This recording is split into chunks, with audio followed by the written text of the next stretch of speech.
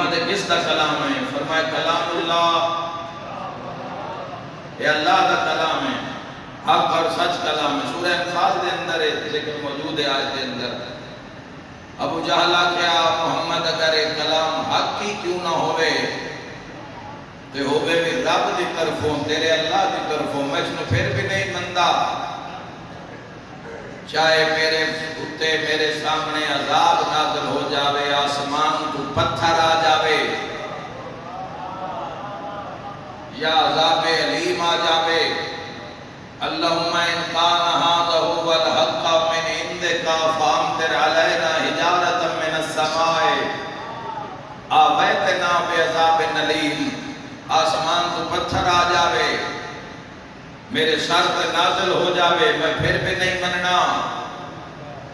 اگر یہ قرآن حق ہوئی ہے تو عذاب نواک عذاب آ جاوے، حجارۃ من السماء، پتھر آوے آسمان کو۔ پتہ نہیں حق دا دشمن آسمان تو پتھر ہی عذاب وچ کیوں منگدا ہے؟ تھوڑے بولے ہو، پتھر نہیں یاد آیا کوئی آسمان تو لاندا؟ نقطے سمجھو جوانوں،